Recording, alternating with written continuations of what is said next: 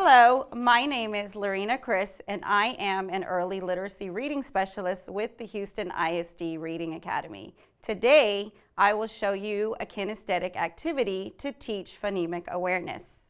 Kinesthetic activities use body movements or gestures to represent individual sounds in words.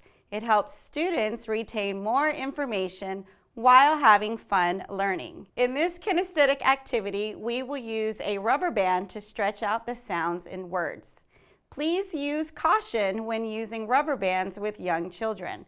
Set expectations and model proper use before giving students rubber bands. Position the rubber band around your hands, put your palms together, tuck the rubber band under your thumbs for safety. Say the word, then stretch your hands apart for each sound you hear in the word. Finally, snap your hands back together as you repeat the word. Let's get started. The first word is cup. I will stretch my hands apart for each sound I hear in the word. K, p.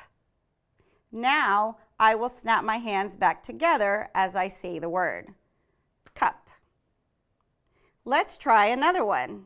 The word is turn. I will stretch my hands apart for each sound I hear in the word. T, n. Then I will snap my hands back together as I say the word.